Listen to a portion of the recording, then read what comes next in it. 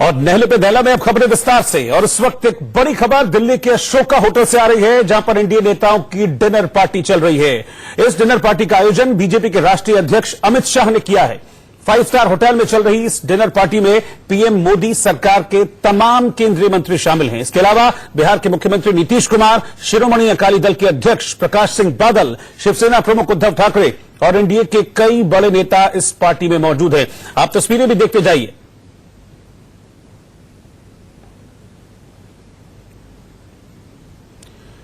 हम 5 तस्वीरें आपको दिखा रहे हैं इस डिनर पार्टी की। प्रकाश सिंह बादल, उद्धव ठाकरे, रामविलास पासवान, पलानीसामी और नीतीश कुमार इस बैठक में, इस डिनर में शामिल हैं। दोपहर तक उद्धव ठाकरे के आने का कंफर्मेशन नहीं था, लेकिन उद्धव ठाकरे तो आए ही, साथ ही अपने बेटे आदित्य ठाकरे को भी इस डिनर पार्टी में वो लेकर आए हैं।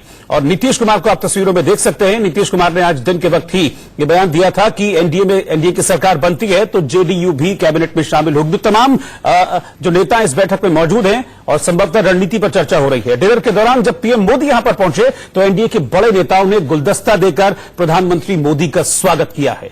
खबरों के मुताबिक अलग अलग राज्यों से पहुंचे इन नेताओं के लिए यहां पर खास इंतजाम किए गए हैं। शिवसेना प्रमुख उद्धव ठाकरे के लिए डिनर में खास तौर पर मराठी डिश पूरनपोली तैयार की गई है। वहीं बिहार के मुख्यमंत्री नीतीश कुमार के लिए इस डिनर में लिट्टी चोखा का इंतजाम किया गया है। और नॉर्थ ईस्ट के जो नेता इस डिनर पार्टी में मौजूद हैं, उनके लिए भी, उनके स्वाद का भी खास तौर पर ख्याल रखा गया है इस डिनर पार्टी में। उद्धव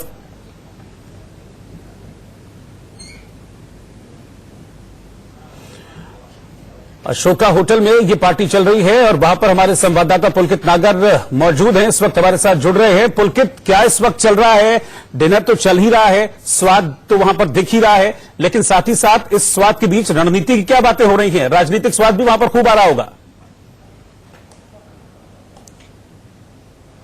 जाहिर तौर पर राजनीतिक स्वाद भी है और साथ में चेहरे पर वो खुशी भी है जो एग्जिट पोल के नतीजे दिखा रहे हैं कि एनडीए को बहुमत मिल रहा है।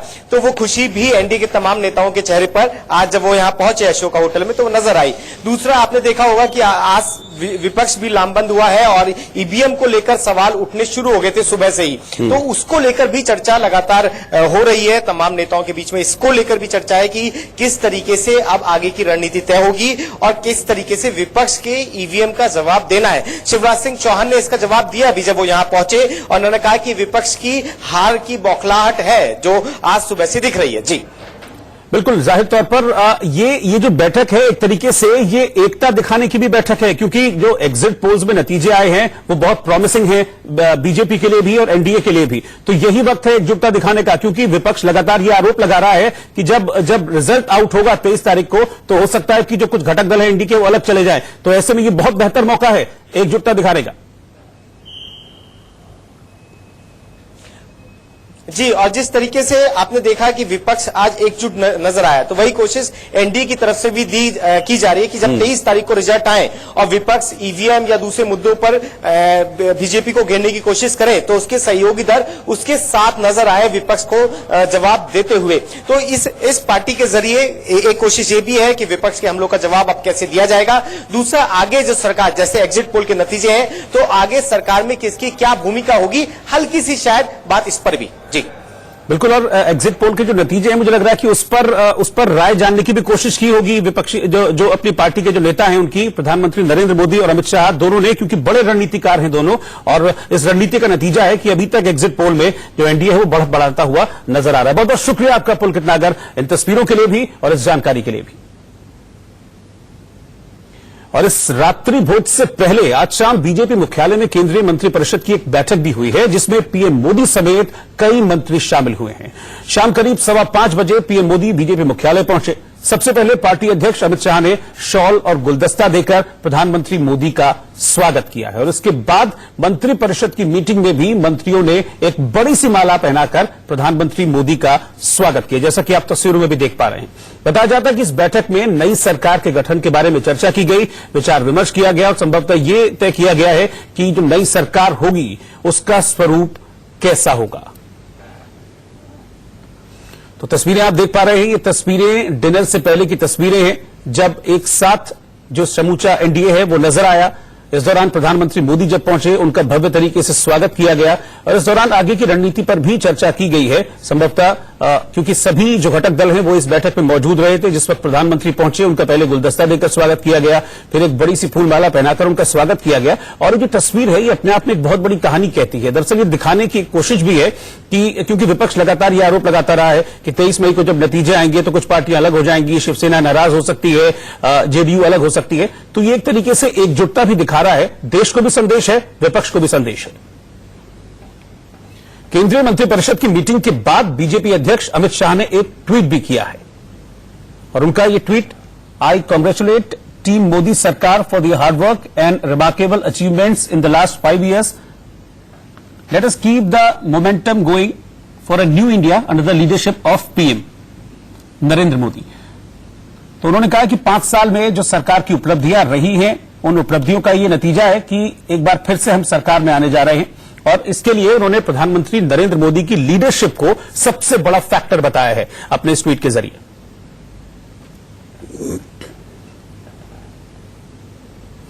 और नतीजे जो हैं, जो एग्जैक्ट रिजल्ट्स हैं चुनावों के, वो भी सामने नहीं आए हैं, लेकिन विपक्ष को ईवीएम में गड़बड़ी का डर अभी से सताने लगा है।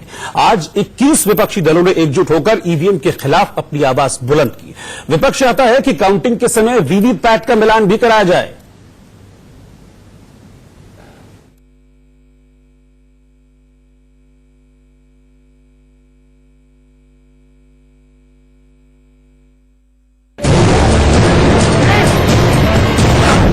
नतीजों से पहले ही ईवीएम पर बवाल, हार से नहीं ईवीएम से डर लगता है। ईवीएम पर महाभारत। अगले कुछ घंटों में लोकसभा चुनाव के नतीजे आने वाले हैं, लेकिन नतीजों से पहले ही ईवीएम पर जबरदस्त महाभारत हो रही है। विपक्षी पार्टियों ने एकजुट होकर ईवीएम के खिलाफ मोर्चा खोल दिया है। आज दिल्ली के कॉन्स्टिट्यूशन क्लब में 21 विपक्षी पार्टियों ने बैठक की। कांग्रेस के गुलाम नबी आजाद, टीडीपी के चंद्रबाबू नायडू, लेफ्ट के डी राजा, बीएसपी के सतीश चंद्र मिश्रा, एसपी के रामगोपाल यादव, एनसीपी के प्रफुल्ल पटेल, टीएमसी के डेरेक ओब्रायन और आम आदमी पार्टी के अरविंद केजरीवाल जैसे नेताओं ने ईवीएम में कथित गड़बड़ी पर मंथन किया। इस बैठक के बाद विपक्षी दल चुनाव आयोग तक पैदल मार्च करना चाहते थे, लेकिन इजाजत नहीं मिली तो गाड़ियों में बैठकर चुनाव आयोग पहुंच गए। विपक्षी दलों ने चुनाव आयोग से मुलाकात की है कि गिनती से पहले वीवीपैट से निकली पर्चियों का मिलान किया जाए। आप पहले तो वो जो 5 एक विधानसभा में 5 पोलिंग स्टेशन की जो 5 मशीनें गिनोगे वो सबसे पहले गिनो, क्योंकि अगर उसमें गलती होगी तो फिर आप उस पूरी विधानसभा के वीवीपैट को गिनना चाहिए, वरना बाद में कोई फायदा नहीं। 5 पोलिंग स्टेशन पे गड़बड़ पाया गया, डिस्क्रिपेंसी पाई गई, तो पूरी विधानसभा के वीवीपैट को गिनना चाहिए। ये एक में भी अगर पोलिंग स्टेशन में भी एक मशीन में भी अगर गड़बड़ निकला तो पूरी विधानसभा के वोट के दोबारा से गिनने चाहिए। नतीजों से पहले विपक्षी दलों को एकजुट करने के मिशन पर निकले चंद्रबाबू नायडू ने भी यही कहा कि वीवीपैट की जांच पहले की जानी चाहिए। Continuously we are fighting. Election Commissioner has said one thing, blood sample. One blood sample testing is enough. Yes, it is enough. That blood sample is showing total pollution of the body. Now we have to go for scanning of the whole body. Whole body you have scanned. That is what we are asking. When there is evidence, why you are not doing? चुनाव आयोग ने विपक्षी पार्टियों को निष्पक्ष मतगणना का भरोसा दिया है। इस मुद्दे पर आज सुप्रीम कोर्ट से भी विपक्षी दलों को झटका लगा। सुप्रीम कोर्ट ने 100% ईवीएम वीवीपैट मिलान की याचिका खारिज कर दी। ईवीएम पर सवाल खड़े कर रहे विपक्षी दलों पर एनडीए ने भी हमला बोला है। ईवीएम पर सवाल बोगस है। ईवीएम के आने के बाद ही चुनाव में ट्रांसपेरेंसी आई और ईवीएम को क्या डिस्टर्ब करे, ये बात ही समझ में नहीं आती। मुझे लगता है ईवीएम मशीन पर सवाल उठाना ये बिल्कुल ठीक बात नहीं है और ईवीएम मशीन इन लोगों ने लाई है, नरेंद्र मोदी जी ने नहीं लाई है। और ईवीएम मशीन इसलिए आई कि भाई बैलेट पेपर पर बोगस वोटिंग होता था, उसके लिए काउंटिंग के लिए बहुत टाइम लगता था और इसीलिए ईवीएम मशीन आई है और ईवीएम मशीन में एकाधिक गड़बड़ी हो सकती है, लेकिन वहाँ कोई मतलब बोगस वोटिंग बिल्कुल होता नहीं है। ईवीएम को लेकर अनावश्यक तूफान खड़ा करने की कोशिश की जा रही है, वो उनकी हताशा है। वो अपने हारने का बहाना ढूंढ रहे हैं। इसी ईवीएम से जब कांग्रेस पार्टी जीते राजस्थान, मध्य प्रदेश और छत्तीसगढ़, तो ईवीएम ठीक है। इसी ईवीएम से जब ममता जी बने 2 बार मुख्यमंत्री, अमरिंदर सिंह बने पंजाब के कांग्रेस के मुख्यमंत्री, तो ईवीएम ठीक है। इसी ईवीएम से जब अखिलेश यादव यूपी के मुख्यमंत्री बने और मायावती जी 2007 में यूपीए की मुख्यमंत्री बने, यूपी की 2007 में यूपीए की मुख्यमंत्री बने, यूपी की, तो ईवीएम ठीक है। एग्जिट पोल में एनडीए की वापसी के संकेत मिलने के बाद ईवीएम के खिलाफ विपक्षी दलों का आंदोलन और तेज हो गया। कभी मोदी सरकार के सहयोगी रहे राष्ट्रीय लोक समता पार्टी के अध्यक्ष उपेंद्र कुशवाहा ने एग्जिट पोल के अनुमान को सिरे से खारिज कर दिया है। कुशवाहा ने ईवीएम में कथित गड़बड़ी के मुद्दे पर कहा कि अगर नतीजे गड़बड़ हुए तो वो हथियार उठा लेंगे।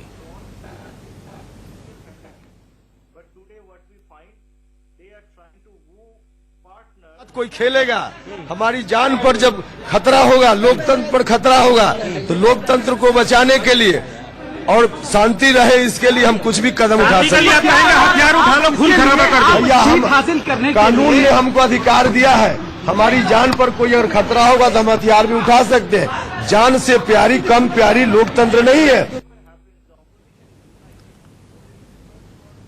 और एग्जिट पोल के अनुमान आने के बाद देश भर में बीजेपी के नेता और कार्यकर्ता गदगद नजर आ रहे हैं। चुनाव नतीजों से पहले नेता जश्न की तैयारियों में जुट गए हैं। कई कार्यकर्ता हवन पूजन भी करा रहे हैं।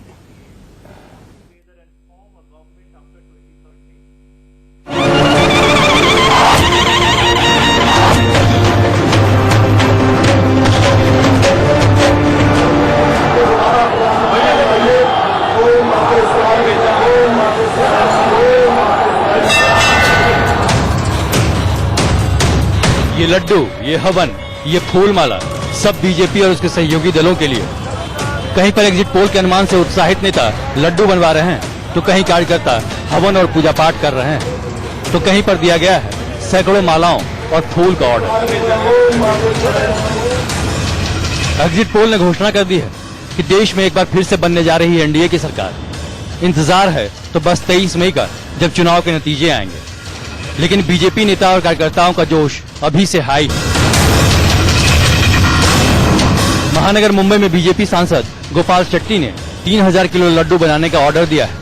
और खास बात यह कि यहाँ पर कारीगर नरेंद्र मोदी का मुखौटा लगाकर लड्डुओं को तैयार कर रहे हैं। रिजल्ट आने को बाकी है, लेकिन रिजल्ट के पहले लोगों ने समझ लिया है एग्जिट पोल के बाद कि यहाँ पर अब मोदी की जीत निश्चित मानी जा रही है, और इसीलिए लोग यहाँ पर जो लड्डू हर जगह पर बनवा रहे हैं। साथ हमारे दुकानदार हैं, इनको ऑर्डर मिला है। कितने किलो का आपको ऑर्डर मिला है, कैसे? पहले 2000 किलो का मिला था, लेकिन अभी बढ़ा के 3000 किलो कर दिया है। आज एग्जिट पोल आने के बाद हमको ऑर्डर मिल गया था। बिल्कुल, लेकिन एक लड्डू देख रहा हूँ मैं, बना रहे हैं, दिन रात आप लोग कर रहे होंगे। कितना टाइम लग रहा है बनाने में और कितना दिन लगेगा और कितने लोग लगाए हुए हैं? 25 से 30 लोग लगाए हुए हैं और 3-4 दिन लग जाएगा। 23 तारीख की सुबह तक पूरा ऑर्डर रेडी हो जाएगा। 1-2 किलो नहीं, 3-3 किलो का आप लोग ऑर्डर दे दिया है। 3000 मतलब क्या 300 के पार मान ले रहे हैं आप लोग? 300 के पार, उसी के लिए पहले हमने 1500 किलो का ऑर्डर दिया था। जब भी एग्जिट पोल देखा उसके बाद हमने 1500 किलो और बढ़ा दिए। अभी 3000 किलो का ऑर्डर दिया है। मलाड से लेकर के दहीसर तक हर एक व्यक्ति के पास एक एक लड्डू जाएगा। रास्ते में जो जो व्यक्ति आएगा हर एक व्यक्ति के हाथ में लड्डू रहेंगे उस दिन। बाद में राहुल गांधी आए तो भी उनको हम लड्डू देंगे। क्या हर एक व्यक्ति के हाथ में लड्डू रहेगा। मोदी जी का जो चेहरा लगाकर या जो किस तरीके से बना रहे हैं, कितनी खुशी उसमें मिल रही है? नहीं, जो हमारे कारीगर उनको भी उत्साह है कि मोदी जी आए, इसके लिए वो लगा के बैठे हैं और वो लड्डू काम कर रहे हैं। तो उनको मालूम पड़ा कि मोदी जी के लिए ऑर्डर है, तो उन्होंने मुखौटे पहन लिए। यूपी के मुजफ्फरनगर के रहने वाले बीजेपी कार्यकर्ता राहुल त्यागी भी जीत के अखंड ज्योत जलाने के लिए दिल्ली पहुंचे। अभी हम मौजूद हैं दीनदयाल मार्ग पर, जहां बीजेपी का राष्ट्रीय कार्यालय है, और आप देख सकते हैं जो बीजेपी के कार्यकर्ता राहुल त्यागी हैं, मुजफ्फरनगर से चल करके दिल्ली पहुंचे हैं। और ये आप देखिए, इनके हाथ में जो है बालाजी की तस्वीर है, पूजा पाठ का सामान है। इनसे बात करते हैं। राहुल जी, ये सब किस लिए है? माननीय मोदी जी की जीत के लिए। मैं गांव से आया हूं और उनको बहुत मानता हूं। मैं बालाजी का भक्त हूं, पिछले 17 सालों से मैं उन्हीं को मानता हूं। बालाजी हर महीने जरूर जाता हूं और मेरे मकान पे, घर पे मैंने एक पूजा घर बनाया हुआ है जहां 13 साल से मैंने एक अखंड ज्योत जलाई हुई है। तो मैं अच्छे लोगों के लिए, जैसे मोदी जी हैं, हमारे मोदी जी हैं, देश के लिए, देश की जनता के लिए इतना अच्छा काम कर रहे हैं, तो मैं ऐसे लोगों के लिए तन मन और धन से बिल्कुल तैयार रहता हूं और उन्हीं के लिए आज अखंड ज्योत जलाने के लिए आया हूं, जिससे भविष्य में भी उनका अच्छा स्वास्थ्य रहे, जिससे वो हमारे देश की और हमारी गरीब जनता की अच्छे तरीके से सेवा कर सकें और वो खुश रहें। उनकी समझ सोच, समझ सपने और समझ जो उन्होंने सोचा हुआ है देश के लिए, वो सब पूरा हो। देश के कोने कोने में नरेंद्र मोदी को फिर से पीएम बनाने के लिए पूजा पाठ चल रही है। गोरखपुर में बीजेपी कार्यकर्ताओं ने काली मंदिर में माता काली से आशीर्वाद लिया। वहीं शहर में नेताओं के स्वागत के लिए सैकड़ों किलो फूल मालाओं का ऑर्डर दिया जा चुका है, जिसके चलते बाजार में फूलों की कमी हो गई है।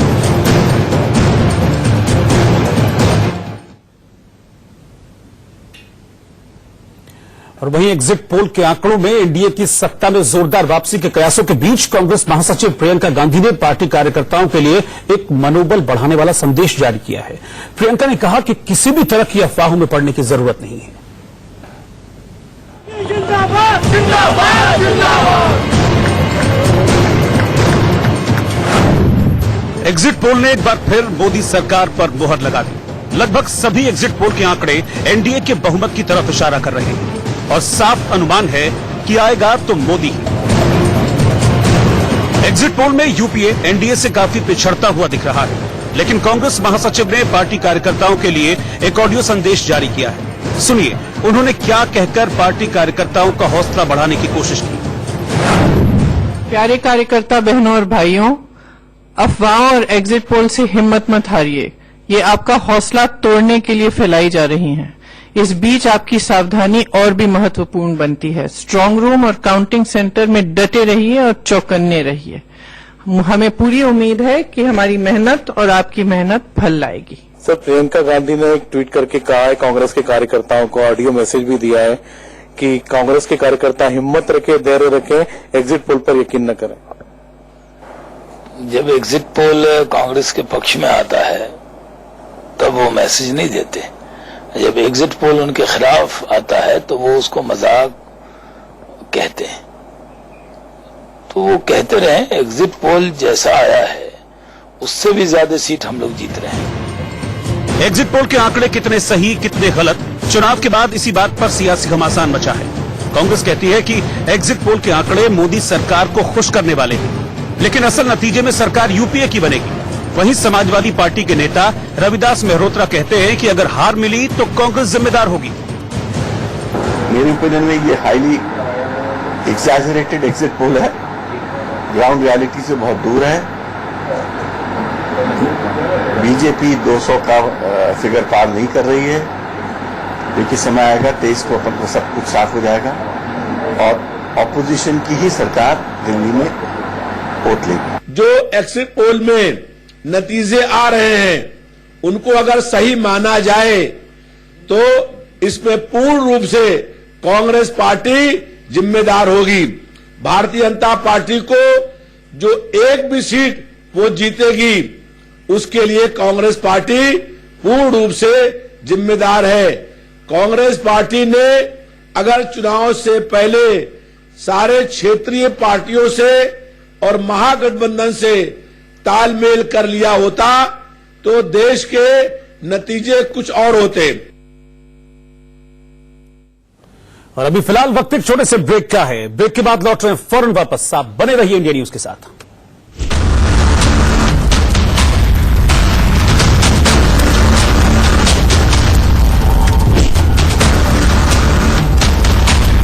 अभी असल नतीजों के इंतजार में है, लेकिन बीजेपी अभी से जश्न की तैयारी कर रही है।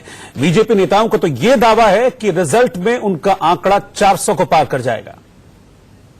विश्वास है कि जो एनडीए ने काम किया है, जो श्री नरेंद्र भाई मोदी जी के नेतृत्व में देश में और दुनिया में जिस प्रकार से भारत का नाम रोशन हुआ और पूरे देश भर में मोदी जी की जो लहर है वो अंतर लहर और बाह्य लहर दोनों मिलकर के एक नया निशाने पर हम पहुंचेंगे और जो मैंने पहले कहा है कि अब की बार 400 पार, ये 400 पार जाकर के रहेगा, मेरा विश्वास है। एग्जिट पोल के नतीजे बहुत ही सकारात्मक है और जिसकी उम्मीद थी एग्जिट पोल में वो नजर आ रही है। एग्जिट पोल में जो दिखाया है वो हम लोगों का जो आकलन था और हम लोग का जो फीडबैक था उसी के अनुरूप था। आपसे पहले भी मेरी भेंट हुई थी, उस समय भी मैंने कहा था दूसरे चरण के बाद ही कि देखिए लहर है। एग्जिट पोल का जो नतीजा दिखाया गया है वो सब आप लोग देख लिए हैं। पूरे देश में तो मैं नहीं गया हूं, लेकिन बिहार में जो 40 लोकसभा की सीट है मैं सभी जगह गया, सब जगह चुनाव प्रचार किया और इतना मैं बिल्कुल आश्वस्त हूं कि यहाँ की जनता ने एनडीए के पक्ष मतदान किया। और एग्जिट पोल की फिगर्स के बाद अब मध्य प्रदेश सरकार को लेकर हलचलें तेज हो गई हैं। बीजेपी ने दावा किया है कि कमलनाथ सरकार अल्पमत में है, इसीलिए विधानसभा का विशेष सत्र बुलाया जाए। बीजेपी ने राज्यपाल को चिट्ठी लिखी तो कमलनाथ ने भी चिट्ठी लिखकर जवाब दे दिया। कमलनाथ कह रहे हैं कि वो फ्लोर टेस्ट के लिए तैयार हैं। ये बात फ्लोर टेस्ट बार बार जो आ रही है, हम इससे कहीं पीछे नहीं हटते। यदि ये सब मौका आएगा फ्लोर टेस्ट का तो हम फ्लोर टेस्ट भी करवाएंगे, उसकी जरूरत पड़ेगी तो। लेकिन आज की तारीख में हम लोगों के सामने सबसे बड़ी जरूरत है जन समस्याओं को हल करवाने की। ये तो पहले भी कर रहे थे, पहले दिन से कर रहे थे। पिछले 5 महीनों में 4 दफे हमने अपनी बहुमत सिद्ध करी है। अध्यक्ष के चुनाव में, उपाध्यक्ष, विधानसभा उपाध्यक्ष के चुनाव में, सप्लीमेंट्री ग्रांट्स के समय, बजट के समय जो हम बजट लाए, 4 दफे तो कर दी। ये फिर से चाहते हैं, हमें कोई प्रॉब्लम नहीं है। अरुणाचल प्रदेश में आज बड़ा उग्रवादी हमला हुआ। तिरप जिले में नेशनल पीपल्स पार्टी के विधायक तिरोंग अबो और उनके बेटे समेत 11 लोगों की हत्या कर दी गई। तिरप जिले के बोंगापानी गांव में हमलावरों ने घात लगाकर विधायक तिरोंग अबो के काफिले पर हमला कर दिया। बताया जा रहा है कि इस काफिले की पहली गाड़ी तिरोंग अबो के बेटे चला रहे थे। उग्रवादियों ने काफिले को रोका और फिर बेहद करीब से सब पर गोलियां चला दी। इस हमले में कुछ लोगों के घायल होने की भी खबर है। मेघालय के मुख्यमंत्री कोनराड संगमा ने इस हमले की निंदा की है। हमलावरों के खिलाफ अब बड़े स्तर पर सर्च ऑपरेशन चलाया जा रहा है।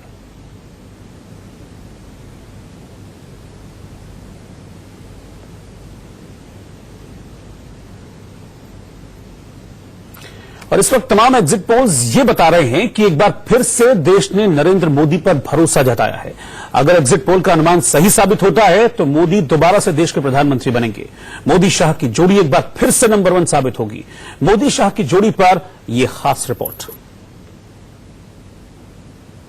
लेकिन उस वक्त किसी को यह अंदाजा नहीं था कि बीजेपी के लिए आगे की राह इतनी आसान हो जाएगी, कि वो बहुमत का आंकड़ा पार कर जाएगी। एक तरफ महागठबंधन ने सांसें फुला दी थी और दूसरी तरफ राहुल राफेल को अस्त्र बनाकर वार पर वार करते जा रहे थे। लेकिन इस सब के बीच 2 शख्स ऐसे थे जो अपने काम में डटे रहे, बिना थके और बिना हार के डर के, और इसीलिए जीत तक पहुंचना मुमकिन हो पाया, जिसका ऐलान खुद मोदी ने आखिरी चरण के चुनाव के बाद हुई प्रेस कॉन्फ्रेंस में कर दिया था। पूर्ण बहुमत वाली सरकार 5 साल पूरे करके दोबारा जीत करके आए, ये शायद देश में बहुत लंबे अरसे के बाद हो रहा है, बहुत लंबे अरसे के बाद हो रहा है। ये अपने आप में बड़ी बात है। 7 फेस में सत्ता पक्ष हो या विपक्ष, सबकी धड़कनें ऊपर नीचे होती रही। देश की जनता भी पहले वाली मोदी लहर महसूस नहीं कर रही थी और मोदी विरोधी भी यही कह रहे थे। लेकिन जब वाराणसी में मोदी का रोड शो निकला तो एक लहर को महसूस किया गया। मैं देश नहीं झुकने दूंगा।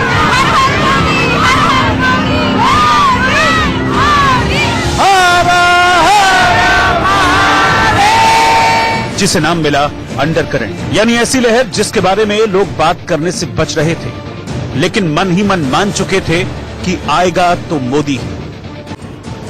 शोले के जयवीरू की तरह ये दोनों सियासत के जयवीरू हैं।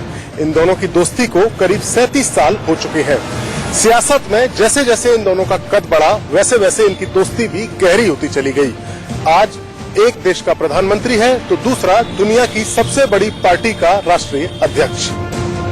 पीएम मोदी के किस्से कहानी तो चर्चा में रहते ही हैं, लेकिन उनके दोस्त और सियासत में चाणक्य कहे जाने वाले अमित शाह ऐसे खिलाड़ी हैं जो बेहद खामोश रहकर अपना काम करते हैं और जब उस काम की जय जयकार होती है तो कई दफा क्रेडिट लेने भी नहीं आते। शायद यही बात अमित शाह को बेहद खास बनाती है। चतुर दिमाग, चौकन्नी निगाहें और संगठन पर मजबूत पकड़ की वजह से अमित शाह आज बीजेपी के सबसे बड़े रणनीतिकार बन चुके हैं। हालांकि अमित शाह के नेतृत्व में बीजेपी पिछले 5 सालों में जिस तेजी से देश में फैली है और जीत की फहरिस्त में उसका आंकड़ा बढ़ता गया है, उससे साफ है अमित शाह सियासत के बिग बॉस के पायदान तक पहुंचे मोदी के लिए किंग मेकर से कम वाली भूमिका में नहीं है।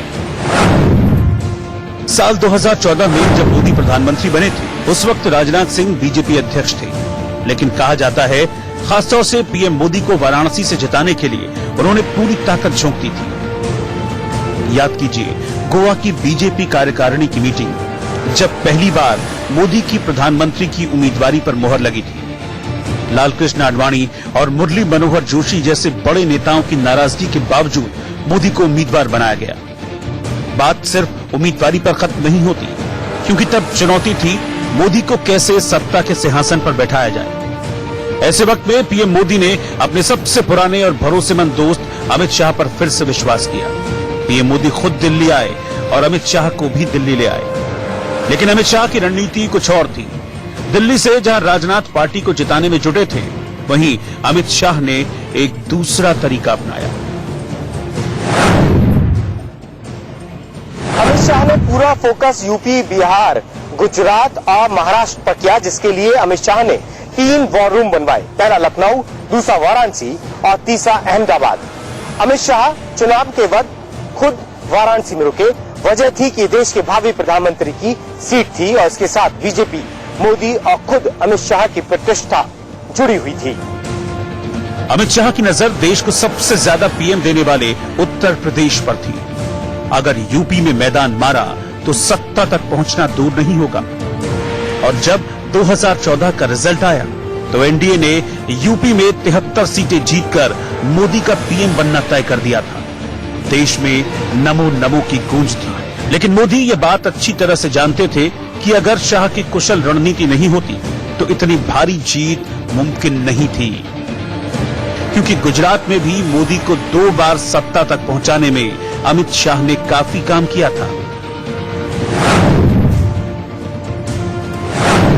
अमित शाह को जानने वाले बताते हैं, शाह की याददाश्त हाथी की तरह है। वो किसी विधानसभा के छोटे छोटे इलाकों, नेताओं और कार्यकर्ताओं के नाम तक नहीं भूलते।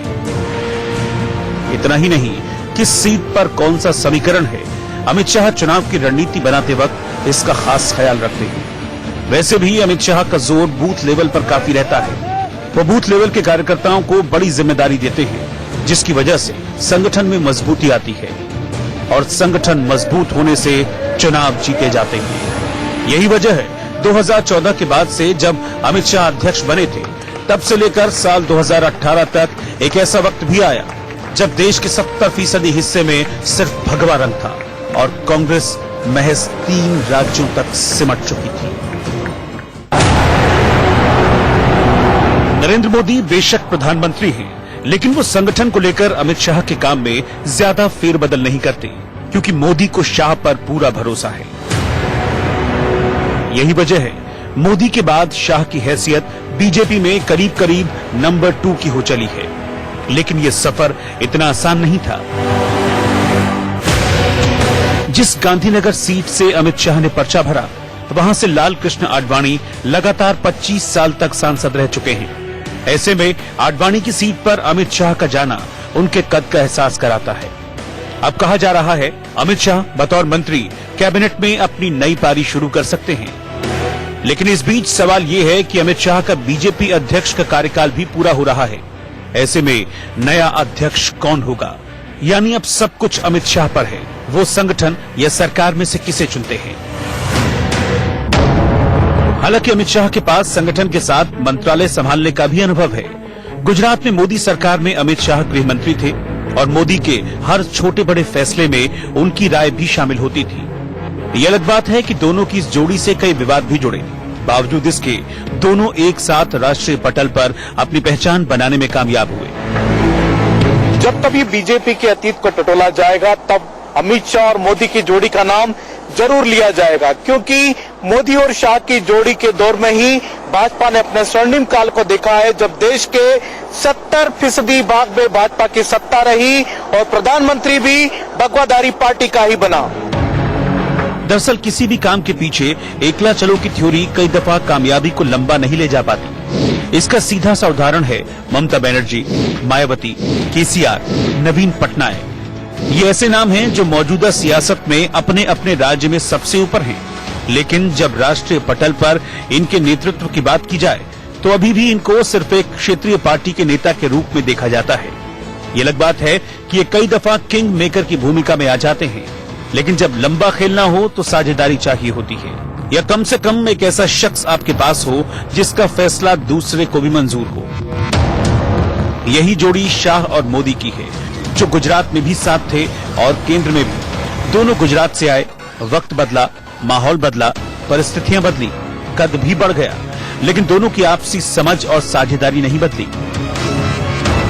जब तक गुजरात में मोदी सीएम रहे तब तक सबसे करीबी अमित शाह ही रहे।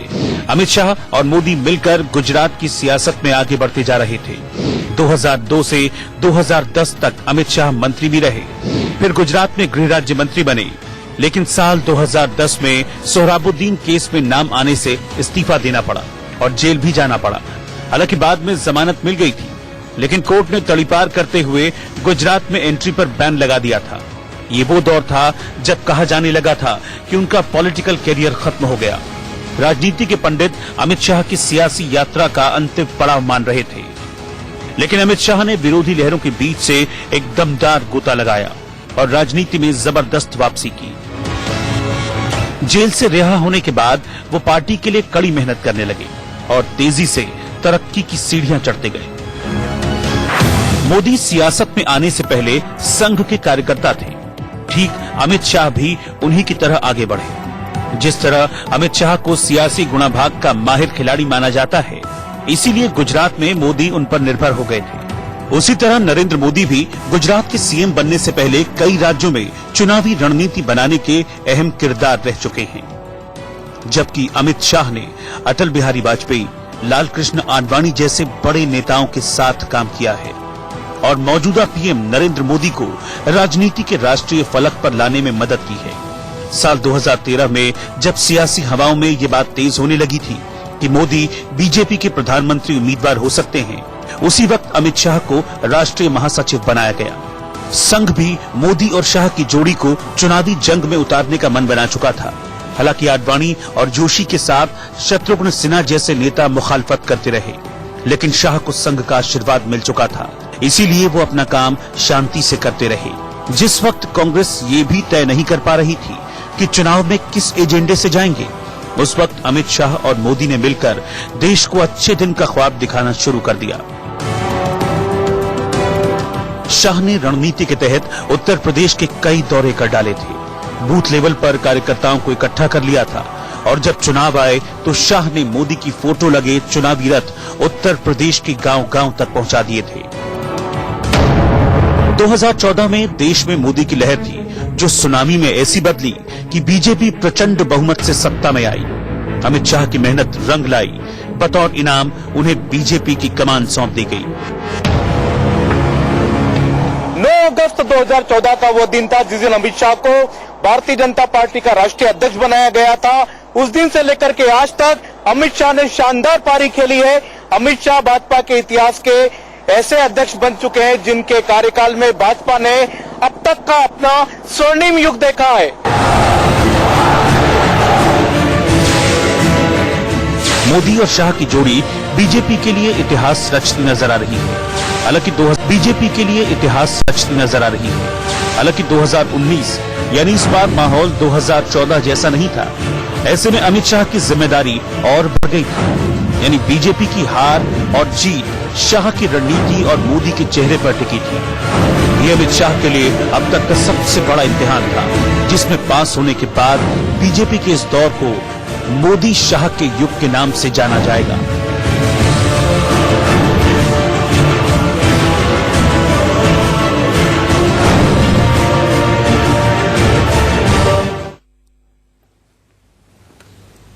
देश के पूर्व प्रधानमंत्री राजीव गांधी की 28वीं पुण्यतिथि को कांग्रेस कमेटी ने शहादत दिवस के रूप में मनाया।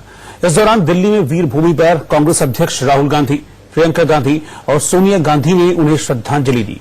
इसके अलावा पूर्व प्रधानमंत्री मनमोहन सिंह और पूर्व राष्ट्रपति प्रणब मुखर्जी समेत कई नेताओं ने वीर भूमि जाकर पूर्व प्रधानमंत्री राजीव गांधी को श्रद्धांजलि अर्पित की।